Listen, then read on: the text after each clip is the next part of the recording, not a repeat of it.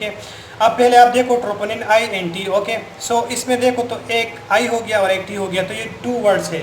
तो यहाँ से हम राइज स्टार्ट करेंगे टू से एन। सो 2 आवर एन 2 को 2 के साथ मल्टीप्लाइड कर दो तो 4 आ जाएगा। 2 to 4 hour is the rise.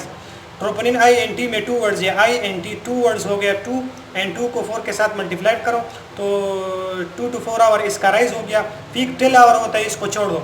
अब ये नॉर्मल कब होता है? ये 7 डेज में नॉर्मल होता है। तो हमें ये कैसे याद होगा कि ट्रोपोनिन आई और ट्रोपोनिन टी ये कब नॉर्मल होते हैं? तो अगर आप लोग इस टी वर्ड को देखो ना, तो टी का और 7 वर्ड तकरीबन सेम है।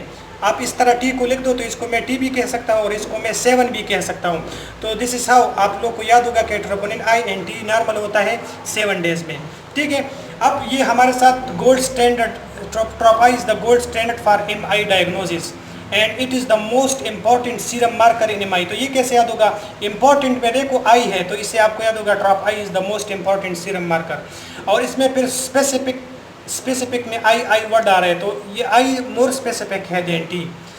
Now let's talk about C K M B. तो सी के एम बी का हमें कैसे याद होगा कि ये राइज कब होता है और ये नॉर्मल कब होता है? तो सी के एम बी में देखो आप लोग, इसमें 3-4 वर्ड्स है। सी के एम बी 2 ये हो गया, 2 ये हो गया, तो ये पूरे वर्ड 4 हो गया। तो यहाँ पे मैंने 4 लगा दिया। 4 को मैं 2 के साथ मल्टीप्लाइड करूँगा तो 8 आ जाएगा। तो 4 to 8 आवर इसका राइज हो गया। पीक को छोड़ दो, पीक इंपॉर्टेंट नहीं है। अब ये नॉर्मल होता है 3 डेज में। अब हमें ये कैसे याद होगा कि ये सी के एम बी नॉर्मल होता है 3 डेज में? तो ये सी वर्ड आप लोग देख सकते हो, ये सी इंग्लिश में थर्ड अल्फ़ाबेट है, ए बी सी, तो थर्ड पे आता है। तो इससे हम याद होगा कि थर्ड पे, तो इसका ये मतलब हो गया कि सी के एम बी नॉर्मल हो जाता है 3 डेज में। 3 डेज में फिर हमारे साथ 72 आवर होता है, लेकिन ये नॉर्मल वैल्यू हम डेज में याद करेंगे। सो ये 3 डेज में नॉर्मल होता है। ठीक है, और ये हमारे साथ री इन्फार्क्शन के लिए हम कौन सा टेस्ट करते हैं? तो वो हम सी के एम बी करते हैं। ठीक है, अब आप लोग देख सकते हो हमारे साथ LDH आ गया। LDH में जो लैक्टेट डिहाइड्रोजनेस, इसमें जो कर्ड हार्ट के साथ रिलेटेड होता है वो हमारे साथ LDH है।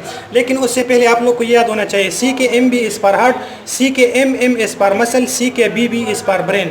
ओके, और जस्ट सिंपल सी के आ गया तो that will be musculoskeleton. Now let's talk about lactate dehydrogenase. ये हमारे साथ LDH1 हो गया। ये हमारे साथ लैक्टेट डिहाइड्रोजनेस जो 1 है ना, वो हार्ट के साथ रिलेटेड है। इस एल से आप लोग को एक चीज़ याद होगा कि ये लेट आता है और लेट जाता है। लेट कब आता है? तकरीबन 1 दिन बाद आता है। तो ये 24 आवर इसका क्या हो गया? राइज हो गया। 3 डेज पीक होता है, छोड़ो पीक इतना इंपॉर्टेंट नहीं है। नॉर्मली कब हो जाता है? 10 to 14 डेज। तो ये लेट आ गया और लेट चला गया, तो इसलिए हम इसको कहते हैं lactate dehydrogenase. From this L you will remember late, it's come late and it's goes late. फिर हमारे साथ आप लोगों को अगर नॉर्मली जब होता है तो LDH1 लैक्टेट डिहाइड्रोजनेस 1 कम होता है, lactate dehydrogenase then 2। LDH1 less होता है, LDH देन 2, दिस नॉर्मल होगा। MI में क्या होगा कि लैक्टेट डिहाइड्रोजनेस 1 ज़्यादा हो जाएगा लैक्टेट डिहाइड्रोजनेस 2 से, और ये फिर डिसअपियर होता है after 14 days. So it come lets and it goes late.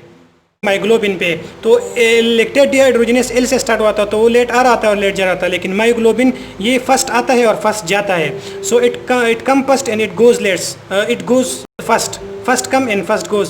So this will be myoglobin. ये अर्लियर आता है। ठीक है, एम को आप इस तरह लिख दो तो ई बन जाता है। तो इस माइग्लोबिन से आप लोग को याद होगा कि earlier enzyme to increase after MI। M को इस तरह ई, इस एम को आपने ऐसे लिख दिया तो इसको आप ऐसे कर दो तो ये अर्लियर में आ जाएगा। ठीक है, तो ये फर्स्ट आता है और फर्स्ट जाता है। ये डिसअपियर हो जाते हैं सेकंड डे पे, ये डिसअपियर हो जाते हैं, नेगेटिव होता है सेकंड डे पे। ठीक है, और ये अब आप लोग देख सकते हो कि हमारे साथ ये मोस्ट सेंसिटिव है। Myoglobin is the most sensitive और it appear in the first our.